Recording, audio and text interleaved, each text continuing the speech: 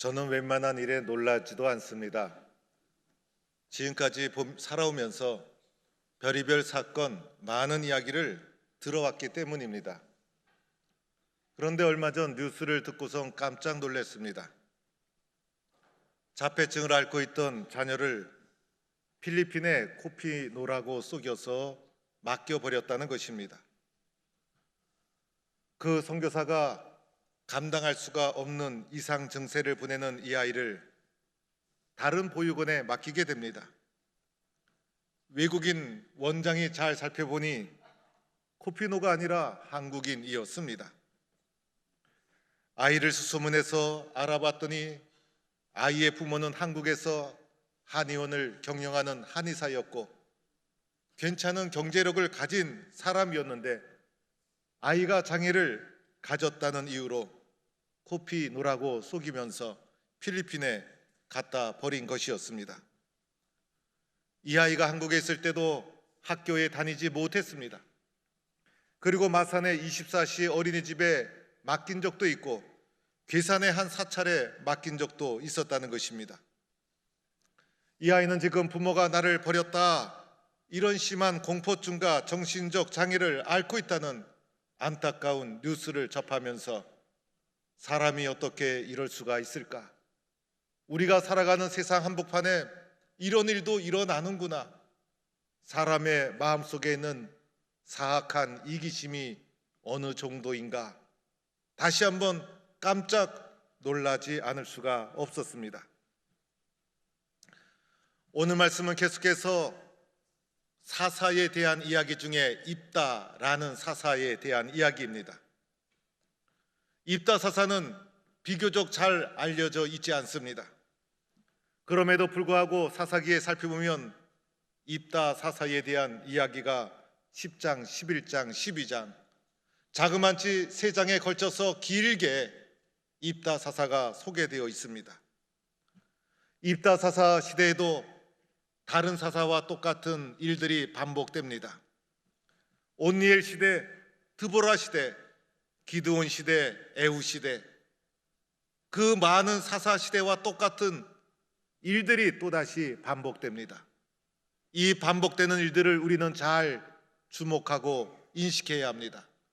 우리들의 삶의 양식이 바로 그러하기 때문인 것입니다. 첫째는 하나님 앞에서 죄와 타락을 저지르게 됩니다. 이스라엘이 또다시 우상을 숭배하게 됩니다. 그래서 이스라엘이 하나님 목전에서 악을 행하였다. 하나님이 보고 계심에도 불구하고 두려워하지 아니하고 하나님 앞에서 악을 행하고 죄를 범하고 타락한 이스라엘의 모습을 말해줍니다. 이때 이스라엘이 우상 숭배한 우상들의 목록이 사사기 10장에 나오는데 바알신, 아스다롯신, 아람신, 시돈신, 모압신, 암몬신, 블레셋신, 신이란 신들은 다 섬겼어요. 다른 시대에는 바알신이나 아스다롯 2개 정도 섬겼는데 입다 사사가 활동하던 시대는 그 어느 때보다도 많은 우상들이 나열되어 있고 가장 심하게 우상을 섬겼던 영적으로 혼탁하고 타락한 시대가 바로 입다 사사가 활동하던 시대적 배경이었던 것입니다. 두 번째 순환하는 사이클이 있죠. 하나님의 징계였어요. 죄로 타락한 이스라엘 백성을 보시고 하나님께서 진노하셔서 오늘 입다 사사 시대에는 암몬 자손과 블레셋 자손을 들어서 이스라엘을 침략합니다. 그래서 더 이상 하나님의 보호 아래 있지 못하게 됩니다. 하나님의 자녀가 아니었어요. 약속을 파기하고 이제 그들의 손으로 넘겨주게 됩니다. 그래서 사사기 10장에 이스라엘 백성이 당하는 고통의 표현을 이렇게 설명합니다. 18해 동안 억압하였더라. 이스라엘의 곤고가 심하였더라. 18년 동안이나 억압받고 그리고 심히 괴로운 상태에 빠지게 됩니다. 하나님을 떠난 결과인 것이고 하나님이 그들의 죄와 타락을 보시고 블레셋과 암몬을 들어서 그들을 징계하고 있는 것입니다. 세 번째 사이클, 반복되는 사이클이죠. 하나님께 비로소 부르짖었더라. 그래서 극심한 고난 속에서 여호와 하나님께 부르짖는 장면이 나오는데, 오늘 말씀 속에는 그 어느 때보다도 구체적으로 자세하게 하나님께 부르짖게 됩니다. 다른 사사시대에는 하나님께 부르짖었더라 한마디만 나오면 하나님의 응답이 주어졌어요. 그런데 오늘 말씀 입다 사사의 말씀을 쭉 읽다 보면 부르짖는 장면이 구체적입니다. 백성들이 하나님께 이렇게 부르짖습니다. 이스라엘 자손이 여호와께 부르짖어 이르되 우리가 우리 하나님을 버리고 바알을 섬김으로 주께 범죄하였나이다. 이 부르짖는 내용에 보면 하나님, 우리가 하나님을 버렸습니다. 우리가 바알을 섬겼습니다. 그래서 부르짖음 속에 우상 숭배한 죄를 회개하는 회개의 내용이 포함되어 있는 구체적인 부르짖음이었다는 것입니다. 이런 부르짖음을 들으시고 하나님께서 반응하기 시작하는데, 다른 사사 시대에는 하나님께서 부르짖자마자 응답해 주셨어요. 그런데 오늘 입다 사사의 배경을 보면 이렇게 구체적으로 부르짖었음에도 불구하고 하나님께서 반응하는 것이 만만하지 않습니다. 하나님이 이렇게 말합니다. 내가 너희를 구원하지 아니하였느냐? 내가 너희를 구원하지 아니하였느냐? 하나님이 그들에게 행하신 구원의 사건을 상기시키고, 그런데 너희가 나를 버리고 우상을 섬겼다. 그들의 죄를 지적합니다. 얼마나 많은 죄를 지었는지 그 죄를 각인시키고 마지막 결론으로 하나님이 응답해 주십니다. 그러므로 내가 다시는 너희를 구원하지 아니하리라. 부르짖었음에도 불구하고 하나님의 응답은 안 된다. 너희들을 구원할 수 없다. 내가 그토록 너희들을 구원하였음에도 불구하고 반복해서 죄를 짓고 우상을 숭배하는 너희들을 이제는 절대로 구원하지 않겠다. 이것이 하나님의 응답이었어요. 큰일 났습니다. 이 문제를 어떻게 해결해야 할까요? 이런 하나님의 응답을 들은 이스라엘 백성이 실망하고 낙심하고 포기해야 되는데, 이어지는 말씀을 보면 포기하지 않고 더 간절히 하나님께 부르짖습니다. 하나님, 우리가 범죄했습니다. 회개의 역사가 일어나고, 하나님, 하나님만이 우리의 소망입니다. 하나님만 절대적으로 의지하고 우상을 제거하고 구체적인 삶의 변화가 일어나고 회개운동이 일어나고 더 간절히 하나님께 부르짖게 됩니다. 그러자 하나님께서 이렇게 말씀하십니다. 여호와께서 이스라엘의 곤고로 말미암아 마음에 근심하시더라. 이스라엘을 구원하지 않기로 작정했는데 하나님의 마음이 근심이 되는 거예요. 이스라엘 백성을 구원하지 않기로 결정했는데 포기하지 않고 끊임없이 부르짖으니 하나님의 마음이 근심이 되어서 차마 그 부르짖음을 외면하지 못하고 구원하지 않겠다고 작정했음에도 불구하고 이스라엘의 끊임없는 부르짖음 때문에 하나님의 마음이 근심이 되고 움직이기 시작해서 마침내 하나님께서 이스라엘의 부르짖음에 응답해 주시고 그들을 구원해 주는 쪽으로 마음이 기울어지기 시작했다는 것입니다. 여러분, 우리도 배울 것이 있죠? 포기하지 말아야 된다는 거예요. 낙심하지 말고 절망하지 말고 중단하지 말아야 합니다. 믿음의 사람들에게는 포기는 없다. 믿음의 사람들에게는 낙심은 없다. 이렇게 선언해야 합니다. 심지어는 하나님께서 안 된다, 그것은 안 된다, 하나님이 이렇게 결정해 주셨다 할지라도, 하나님께서 응답해 주시지 않는다 할지라도, 하나님께서 절대 외면한다 할지라도 내가 살아있는 한 하나님 도와주세요. 더 간절히 기도하고 더 열심히 하나님께 부르짖게 되면 마침내 하나님의 마음이 움직여서 응답해 주실 줄로 믿습니다. 하나님의 마음을 움직이는 믿음의 사람, 하나님의 마음을 변동시키는 간절한 기도, 이 기도가 입다 사사 시대에 나타난 것이에요. 네 번째 순환되는 사이클, 마침내 하나님의 응답으로 그 시대를 구원하기 위해서 한 사람, 입다 사사를 하나님이 들어 사용해 주십니다. 입다는 도대체 어떤 사람이었을까?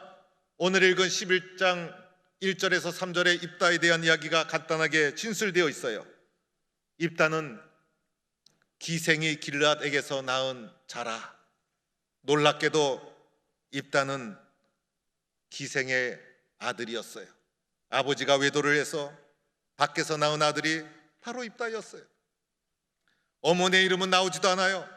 태어날 때부터 아픔이 있고 환영받지 못한 출생을 한 자가 입다. 기생으로부터 낳은 아들을 아버지가 집으로 데려와 키우게 됩니다. 얼마나 눈치밥을 먹으며 성장했을까?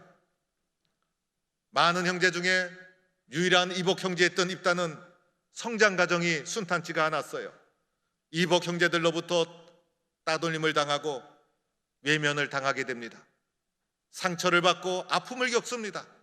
마침내 이복 형제들이 입다를 집에서 쫓아냅니다. 너는 다른 여인의 자식이니 우리 아버지의 집에서 기업을 잊지 못할지니라.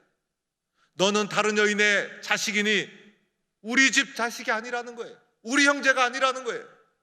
입다를 학대하고 핍박하고 공격해서 마침내 쫓아내는데 입다가 그 형제를 피한다는 것은 생명의 위협을 느껴서 도망한다는 거예요. 급하게 도망해서 돕이라는 도시로 가서 그곳에 거주하게 됩니다. 돕에서 입다에게 잡류가 모여들었다. 이 잡류를 머리가 빈 사람, 건달이나 그리고 깡패를 가리킵니다. 이런 자의 우두머리가 되어서 살아가던 자가 돕 땅에 살고 있던 입다라는 사람입니다. 이런 형편없는 사람이 어떻게 사사로 하나님 앞에 설 수 있었을까? 어떤 가정을 통해서 이스라엘을 구원하는 인물이 될 수 있었을까? 어느 날 이스라엘 장로들이 입다를 찾아옵니다. 입다여, 우리에게 오셔서 지도자가 되어 주옵소서. 입다가 찾아가서 이스라엘을 정복하고 힘으로 공격해서 나는 너희의 왕이다 정복한 것이 아니었어요. 이스라엘의 형제들은 입다를 쫓아냈지만은 그 쫓아냈던 이스라엘의 장로들이 입다에게 찾아와서 어느 날 오셔서 우리의 지도자가 되어주세요, 오셔서 우리의 장관이 되어주세요라고 입다를 지도자로 요청하는 일이 벌어집니다. 어떻게 이런 일이 일어나게 된 것일까? 지금 상황은 이스라엘이 포기하지 않고 하나님 도와주세요, 암몬의 학정을 견딜 수가 없어요, 주님 앞에 끊임없이 기도하는 중에 이스라엘 장로들이 입다를 찾아온 것은 하나님의 응답이 이 속에 담겨 있었다는 것입니다. 그들에게 한 사람 지도자, 사사를 세우는데 그 사람이 입다다. 하나님의 응답이 이 속에 담겨 있었던 거예요.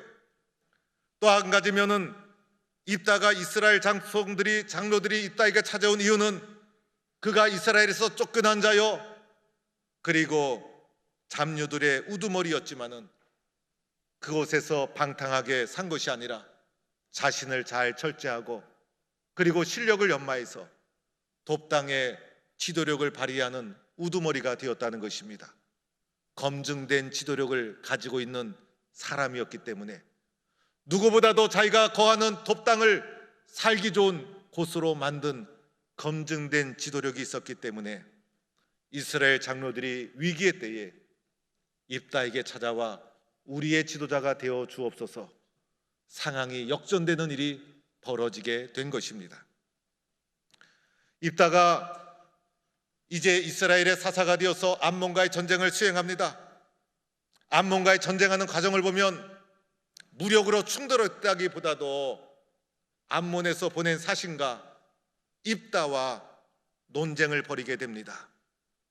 이 논쟁의 장면을 사사기 11장에서 잘 살펴보면 입다가 이스라엘의 역사와 뿌리와 신앙의 고백이 분명했던 사람이에요. 우리의 기원이 어디인가? 우리나라의 출발이 어떤가? 이 땅은 누가 주셨는가? 분명한 자신의 고백이 있었어요. 그래서 11장 23절 24절에도 이렇게 고백합니다. 이스라엘 하나님 여호와께서 이같이 아모리 족속을 자기 백성 이스라엘 앞에서 쫓아내셨거늘 내가 그 땅을 얻고자 하느냐. 하나님께서 이 땅을 우리에게 주셨다는 것입니다. 아모리 백성을 쫓아내고 하나님이 주신 이 땅을 암몬이여 너희가 어찌 빼앗으려고 하느냐. 이 가나안 땅, 우리가 거주하는 땅은 광야를 거쳐 하나님이 약속해 주신 약속의 땅이요, 하나님이 주신 땅은 결코 빼앗길 수 없다는 하나님 안에서의 역사와 민족의 정체성, 신앙에 대한 분명한 고백을 하고 있는 것을 보게 됩니다. 또한 입다는 하나님 중심의 사람이었죠. 암몬과의 전쟁이 피할 수 없어서 전쟁터로 나가는 순간 11장 29절에 보면 하나님의 영이 입다에게 임하시니 여호와의 영에 사로잡히게 됩니다. 그래서 입다가 하나님의 영에 사로잡혀서 전쟁터에 나가게 됩니다. 어떤 분은 입다의 사사로서의 정체성이 불완전하다고 지적합니다. 다른 사사들은 사사로서의 부르심이 먼저였어요. 그런데 입다가 사사로 부르심을 받는 장면을 보면 이스라엘 장로들이 찾아가서 우리의 지도자가 되어 주옵소서 먼저 요청해서 지도자가 됩니다. 그러나 후에 보면 하나님의 영에 사로잡혀서 여호와의 영이 그에게 임하셔서 사사로서의 영적인 정체감을 가지고 있는 것을 보게 됩니다. 암몬과의 전쟁에 나갈 때 하나님의 영에 사로잡혀서 성령 충만해서 입다가 서약을 합니다.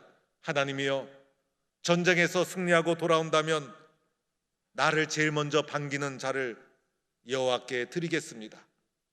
성급한 서약이었지만은 전쟁에 나가면서 하나님에게 절대적으로 의지하는 마음이 그에게 있었던 거예요. 전쟁터에 나가서 암몬의 24성읍을 다 점령하고 항복을 받아냅니다. 그리고 승리하고 돌아올 때에 입다를 제일 먼저 환영하기 위해서 나온 자가 무남동녀 외동딸이었습니다. 하나님께 서약한 것이 있는데 내 딸만은 나오지 않았으면 좋겠는데 입다의 무남동녀 외딸이 나와서 승리하고 돌아오는 아버지를 환영합니다. 입다가 이렇게 탄식을 합니다. 자기 옷을 찢으며 어찌할꼬? 내 딸이여, 너는 나를 참다하게 하는도다. 너는 나를 괴롭게 하는도다. 하나님 앞에 서약한 것은 있고 제일 먼저 나를 환영한 자는 사랑하는 내 딸이었고, 그래서 하나님 앞에 고통스럽게 눈물로 호소하는 입다의 모습을 보게 됩니다.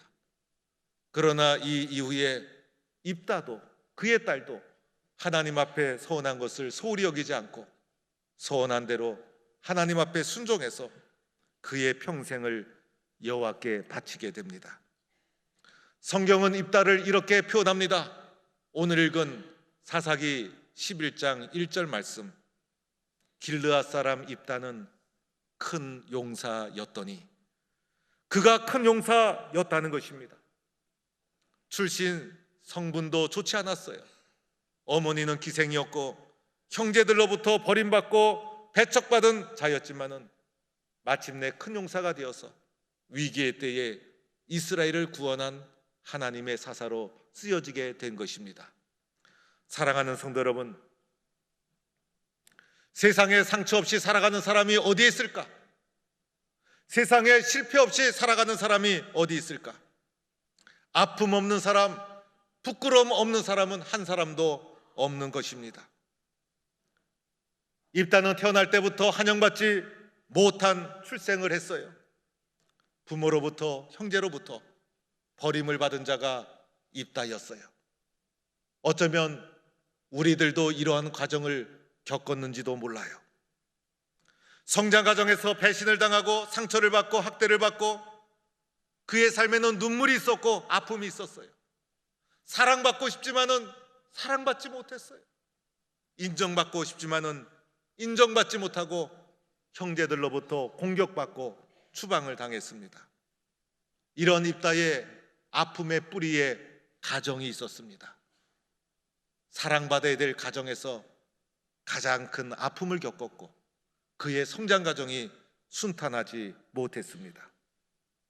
이러한 상처와 아픔을 가지고 살아간다면 평생을 신음하며 원망하며 한탄하며 절망적인 삶을 살아가는 것이 대부분의 사람들의 모습인데 사사 입다는 달랐습니다.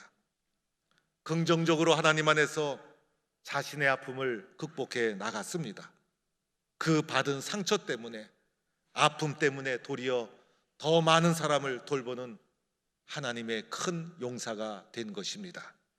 여러분, 가장 많이 상처받은 사람, 가장 많이 실패한 사람, 가장 큰 아픔을 겪은 사람, 바로 예수 그리스도이십니다. 십자가상의 육신의 고통 속에 피를 다 쏟으시고 육신의 큰 고통 속에 신음하시면서 우리 예수님이 부르짖은 기도가 있습니다. 아버지, 어찌하여 나를 버리시나이까? 아버지 하나님의 버리심을 경험한 사람이 예수 그리스도이십니다. 이분보다 더 큰 상처, 이분보다 더 큰 아픔, 이분보다 더 큰 고통 겪은 사람이 어디 있을까? 그러나 그 가장 큰 상처, 가장 큰 아픔, 그 십자가가 가장 많은 만백성을 구원하는 구원의 능력으로 쓰여진 것을 보게 됩니다. 입다가 받은 상처와 아픔이 그를 큰 용사로 만들었다는 것입니다. 입다 시대에 10장, 11장, 12장을 쫙 살펴보면 유달리 우상도 많았고 유달리 사사들이 많이 등장합니다. 그 많은 사사들 중에서도 가장 큰 용사 바로 입다였습니다. 왜 그랬을까요? 가장 많은 상처를 받은 자였기 때문이었습니다. 상처 없는 사람, 실패 없는 사람은 세상에 한 사람도 없는 것입니다. 나에게 상처가 있고 아픔이 있고 실패가 있다면 그것을 감사할 수 있기를 바랍니다. 그것 때문에, 그 상처와 아픔과 실패 때문에 여러분은 보다 큰 사람으로 쓰여질 수가 있을 것입니다. 저는 필리핀에서 버림받았던 자폐증을 앓고 있는 이 아이 생각하면 가슴이 먹먹해집니다. 이 아이가 헤쳐나갈 인생의 무게가 얼마나 무거울까? 저는 이 아이를 모릅니다. 이 아이에게 도움을 줄 수 있는 방법도 없습니다. 단지 이 아이에게 기도할 뿐입니다. 그러나 오늘 우리는 마음속에 입다사사에 대한 사건을 보면서 다짐해야 합니다. 하나님, 나에게 상처가 있음이 감사합니다. 나에게 실패가 있음이 감사합니다. 나에게 고통의 과거가 있었음이 감사합니다. 그 상처와 고통에 신음하는 자가 아니라 그 상처와 고통과 실패 때문에 도리어 더 많은 사람을 위로하고 더 많은 사람을 품고 더 많은 사람을 격려하는 큰 용사로 살게 하여 주옵소서.